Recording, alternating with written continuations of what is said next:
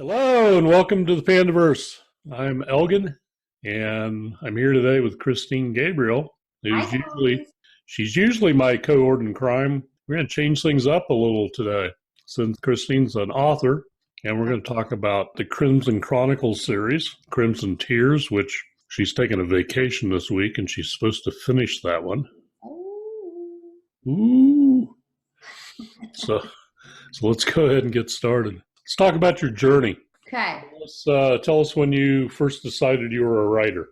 I would say the first time I decided I wanted to be a writer was in fourth grade. I was a little wee young lass. We had a young authors club. I decided to join it. I saw I was pretty good at it, and that's what started this whole shebang.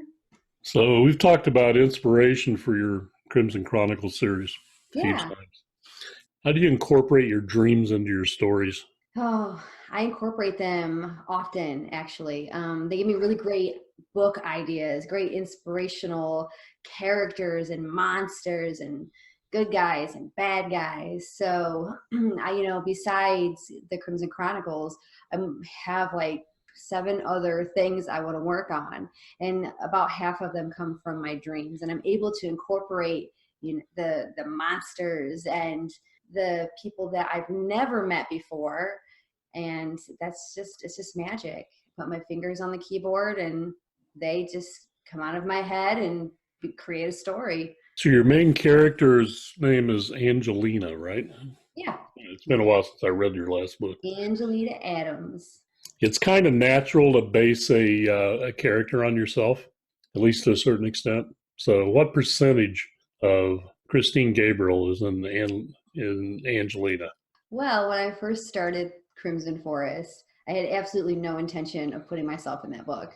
As I began to write it and incorporated all of the people that I knew from my real life, and I started to create Angelina, who was supposed to have been based on someone that I knew. I realized about halfway through the book that, wait a minute, this isn't based on this other person. This is Christine Gabriel. Angelina Adams is probably 100% Christine Gabriel. She's adventurous, she's spunky, she's, not afraid to go and try anything she can to make things better.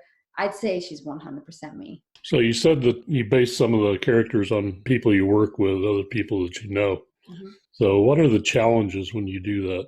Everybody wants to be a character in your book. So all of your friends, once they find out that's what you've done, all your friends, all your family, acquaintances, they all want to be put into your book, which, that's great. It's fantastic. It's the challenge comes when you don't know how to incorporate the people that want to be in your book, because maybe the book, that I'm working on at the time and somebody may be pushing for it, I can't fit that personality. I can't fit that character type into that book. So it's something I would have to put into another book down the road, perhaps. And that just presents challenges, because I hear, I thought you were going to put me into a book. Well, I will, as soon as it deems so. As soon as I feel that, muse saying, hey, let's put Bob into this book and make him the coolest villain ever. So it's just, that's the challenging part that a lot of people really just don't understand, because you have to feel it. You just know it's a feeling when you create your characters, what each character needs to be, and each character what they're going to be like. So I've run into kind of the opposite problem, or kind of a tangential problem. I incorporate people into my books that I know, their personalities, mhm. but I don't necessarily tell them.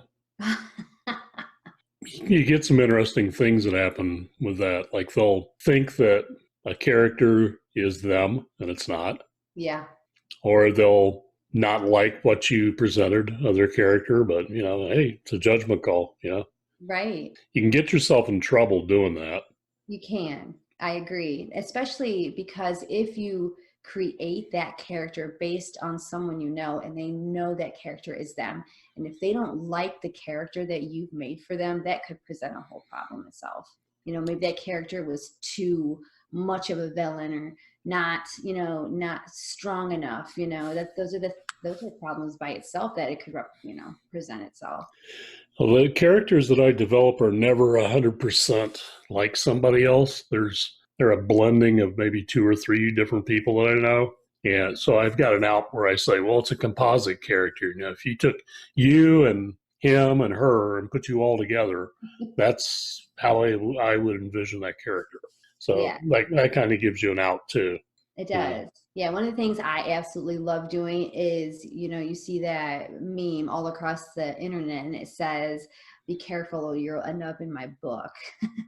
I like to, if there are people that have maybe wronged someone I love or, wronged me, I do tend to put them in my books and I do tend to make all things maybe happen in fiction. It could be just, muse. how do you overcome the natural apprehensions that writers have about their work not being good enough? Oh my Okay. gosh, I don't think I've really ever overcame that, Elgin. One of the biggest challenges when you put out a book is that you just have this growing anxiety and you wait for that morning when that book releases and you're just like biting your nails and you're like, are they going to hate it? Are they going to love it? And you don't know until that first book review hits. And then when that first book review hits and it's a good review, you are so pumped. And so it's almost like a rush. It's an adrenaline rush because every book you put out is just this, you just feel anxiety. And I'm sure you know how that feels. Yeah. It's that you don't know, you work so hard on your book, baby. You've read it like 3,000 times. You've edited it like 3,000 times. By the time it's all done and it's neat and it's wrapped up and you think it's perfect and you set it out into the world, you're just hoping that the world loves it as much as you do. You get some feedback when it's going through editing. And also you probably had friends and relatives read the book, but these are all people Right. to a certain extent. So Exactly. there's always this little fear about releasing it to the public. And then you're always going to have that one person that just doesn't like it for whatever Yeah. reason. Mm-hmm. And sometimes they say crazy things like, I don't like books with vampires and witches in them. Well, why the hell did you read this? You know, Exactly. I mean, Right. doesn't it say somewhere on the cover that this is like a paranormal book? Well, I don't like paranormal books. Then why did you buy it? Did you buy it? And we see that often, we see Yeah. that so often. They'll buy romance books and be like, oh, this had too much romance in it for Yeah. me. Yeah. What? Yeah. This is a little too steamy for me. The shower scene was too much. So Crimson Forest and Crimson Moon have been out for a while. Yes. And we just talked about your next book is Crimson Tears. When can your readers expect the next installment? Okay. Oh, Sunday is my deadline goal to type the end. I have gone through this book so many times and read it and reread it and added and taken out. And that was my biggest problem. It's always been my biggest issue when I'm writing a book. I can't stop editing it as I'm going through it. I'll start at chapter 1 almost every time and I'll read and I'll be like, well, this would be more interesting if I did these 3 sentences, and then I'll start over and I'll keep going again. And then I'm like, well, maybe I should take this out. So that's been quite my frustration is I don't know how to stop editing as I'm going. So I'm stopped this week. This week is it. I'm going to type the end before I go to bed on Sunday. Yeah. A lot of people don't realize that you don't just sit down and write a book. Okay. No, not at all. There's a lot of different ways that people get the book, put it together, and compile it. A lot of people use outlines. A lot of people, like me, write from the seat of my pants. Same. You Yeah. just Put your hands on and the words and the magic flows. at some point you have to go back and deal with the structure. Yeah. So there is an outline at some point that I put into my books, but the structure kind of develops itself. And luckily, my muses know how to write. I don't. Mine does too. She's pretty fantastic. And what else has been challenging is when you're writing a series, you have to, especially when they're not coming out like back to back to back, you have to be so careful. So there's been several times where I have to go into book 1 to remember certain things that I had forgotten in book 2, and I have to keep going back and forth between the other 2 books to make sure that I have everything right in the 3rd book so it makes sense. So that's also challenging. I was chatting with Meg Bonnie about that very point yesterday, because she was saying that, Rosewood Burning is getting ready to come out pretty soon. That's her 2nd book. And she was telling me that it's been so long since she wrote that she has to actually go back into it and refresh her memory, because we're going to have her on for an interview, pretty soon. I love Meg. She's one of my favorite pandas. So, I mean, I'm looking forward to that too. She's cool.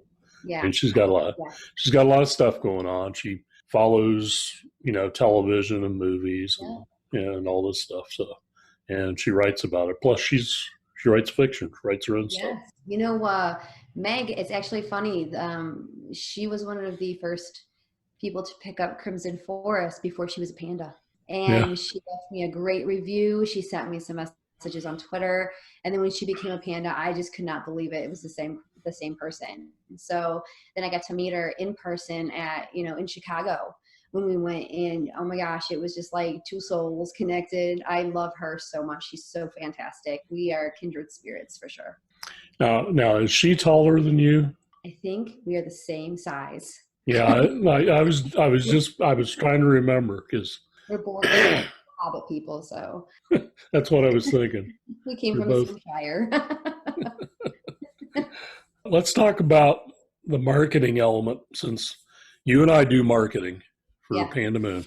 We kind of delineate our responsibilities. I mean, we share the responsibility for doing this show.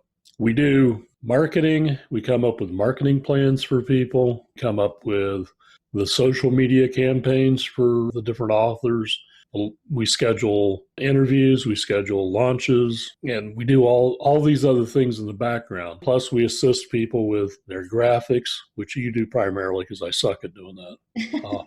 I do press releases for them. Yep. You do a lot of the interfacing with other reviewers, a lot of people that have in the online community that do reviews. So that's basically what we do. Besides, we're writers. Best for our writers to enter. Yeah, you do that, and give them a lot of articles to read. Anything to help them, along their writing journey. We do, which is, I think that it's kind of wonderful, to be able to come to a community where you have those tools at your hands. You can go enter a contest anytime you want to. You can go and get your press release done. I mean, everything is done, for you. You on the social media campaigns, and it's so much fun. We work with Instagram and Facebook and Twitter and LinkedIn and Pinterest, and we just juggle all those different balls in the air, and it's something that we've become pretty good at. We want people to develop their own brands, and absolutely, we've had some authors that start off with Pandamoon, publishing their first book with Pandamoon, and then they decide to go on and do other things with other publishers, which is fine. Okay, absolutely. You don't have an exclusive deal with Pandamoon, but we stay in touch with a lot of the authors that have started with Pandamoon. Some of them were in our initial class. We got Steph Post was an original Panda, and she's gone on to bigger and better things. Mm-hmm. She's got a chicken and turkey. I love her chicken photos. I look forward to seeing them every day. and she's very supportive of other authors too, which is something you find out in when you become a published author. Even when you're trying to become a published author, you find out that the writing community is very open and very supportive of other writers, because we all end up facing the same challenges, trying to get our books reviewed and trying to get the next book published. And we all go through the same battles with, is this good enough? Is the story going to work? And we share a lot of the battles. So, Pandamoon has a support structure where we can support one another. I don't think all of our authors take full advantage of that. There is a support structure there. And, if you have a question, you can ask somebody that's been around a little longer, or you can say, can you read this and tell me what you think about it? We do that a lot. But yes, yeah. So there's the idea of creating a community, which is what you and I work on in the background more than anything else. The idea of that support structure for other authors is something that I believe is missing a lot of other publishers. I can think of maybe 2 other publishers that do something along the same lines what we do. There are some other publishers out there that are attempting to build a community idea. And I think that's really what we need, because the industry is being taken over by Amazon primarily. Absolutely, yeah. The major publishers and Amazon have deals that they've worked out. So there's kind of an armed truce between them. Right. Because the publishers don't like Amazon any more than you and I do. Yeah. But they're kind of a necessary evil. Yeah. They're the 800-pound gorilla in the industry, and you have to deal with them. Right. And then there's the old school distribution network, where you have Ingram and you have a couple of other large distributors that do worldwide distribution for books. And those companies are very entrenched, and they have their own cost structures and their own profit sharing structures. You actually make more money publishing with Amazon than you do going through them. There are places that Amazon doesn't reach with books. Right. Yeah. Even in the English speaking world. In the international market, there's English speaking countries, and then there's a secondary market with countries where English is spoken as a second language enough that your books would do well there. There's a lot of other, losing my headphones. There's a lot of other countries where English selling books or English language books would sell well. Primarily, I'm thinking about Germany, France to a large degree, Italy, Spain. You also have India, Australia, of course, New Zealand, and you have the UK, Canada. But you also have a decent market in Mexico and in Brazil. You can't just say, well, my book's not gonna sell well there because that's a Spanish-speaking country, because a lot of people speak English there as a second language. Yeah, absolutely, yes. I just did that interview with a gentleman from New York City, and we were talking about different things when it came to the publishing industry. And he asked me what I loved the most about being with Pandamoon Publishing. And I told him it was the community that they had built. Zara and Alan have worked really hard to build an actual live 24-hour instant go-to community. They teach their authors how to be an author. People, who are brand new authors to the scene, they teach them how to make graphics. They teach them how to make a brand for themselves. They teach them typography. They teach them everything, and it's such a wonderful thing. And when we were talking about it, he had even mentioned that that he had only ever heard that 1 or 2 times ever from all the interviews he's ever done where a community is built like that. It's just such a rarity in the publishing world. And it's one of those things that I've really embraced. And I feel like, people are missing out kind of, because you just have that go-to if especially if you're a brand new author and you don't know anything about this industry, because this industry is tough. This industry is one of the toughest industries I've ever worked in. It's just it's tough to get published. It's tough to get, your book out there. It's tough to rise above the noise. There are so many books. And if there's one thing I feel like that Pandamoon has really tried to do, it's think outside of the box to try to get those books, to rise above the noise. It's just, I feel very blessed and very grateful. One of the major challenges is getting your book into a local bookstore. Mm-hmm. Also getting your book into libraries. Okay. And you always start off with your local. As a new author, you start off with your local market as your primary selling market, because that's where you're going to be able to sell some books, because Mm-hmm. people know you have family there usually, and you're familiar with your own support structure. There's bookstores. If you're a writer, you read books. Yeah. That's okay. So you probably know your bookstores. You probably know your librarian. You probably know these people. So those are your inroads to get your book some attention. I know you got your books into your local libraries. I do. And you also got very loyal support base from high school students. Yes. And this is all part of building your brand and your community. And then once you establish that, you're around Cleveland, and once you establish that in your market, and then you can branch out to other parts of Ohio, and you branch out to other parts of the Midwest. And by then you have a pretty good loyal following and a pretty good base of operations, so that by the time you get to your second book and your third book and maybe your fourth book and your fifth book, you're beginning to branch out into other areas of the country. Maybe, you've made some contacts, like you just made contacts with Matthew Harms in New York City. Right. And, that would maybe get your book some more attention in the East Coast. Right. And we have other authors in the Boston area and up in Maine. And, you can work with those authors in getting your books some attention there by doing some shared costs on local events, in their market, where it's really to promote their book, but you bring your books along and you're doing some things together. And you'll go to, some the Sisters of Crime community. Mm-hmm.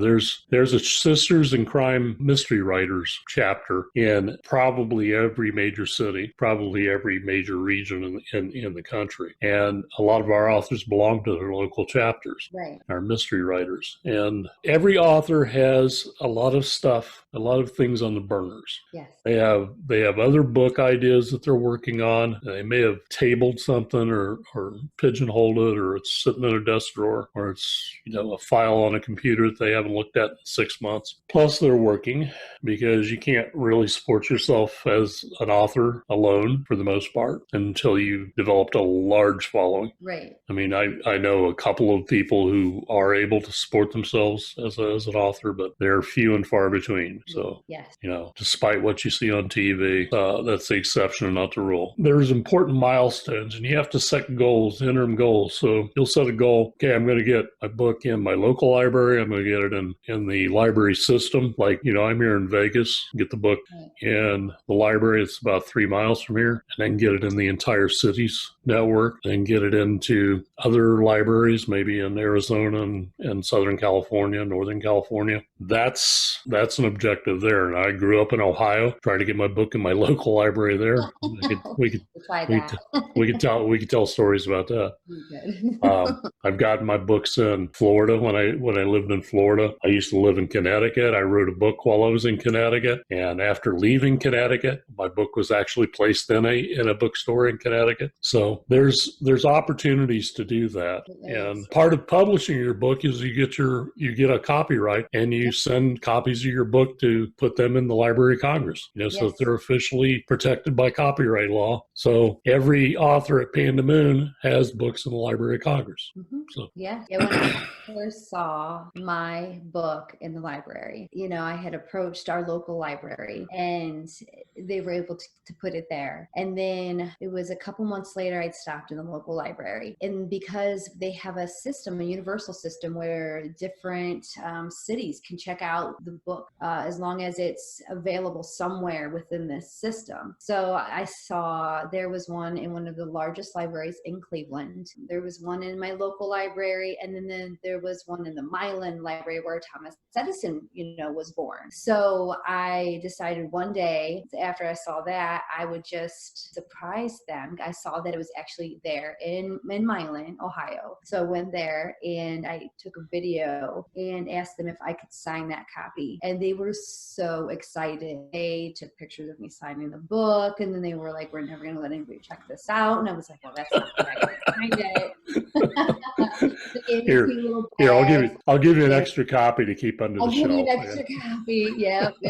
So it was pretty exciting, but you really do have to take that first step, because once you take that first step, you don't know, where that's going to lead. One of the things I did when Crimson Forest first came out was I sent Buffalo County. I asked the library there if they would take my book in, and they were so excited because the book was set in their county, and they were just like, "Yes, please mail us that. So then, that I branched out to that. So you just have to take that step. You can't be afraid, because you just don't know, where that road is going to just take you. It's so much fun. It's so amazing. Libraries are about borrow rates. And I think a lot of authors, especially new authors, are just coming in. This will be of value to people who self-publish. I think that you discount a library because they're giving your book away for free to let people read it. Okay. So you're like thinking, well, they're actually not a market that I'm going to approach. You couldn't be more wrong. Absolutely. I agree 100%,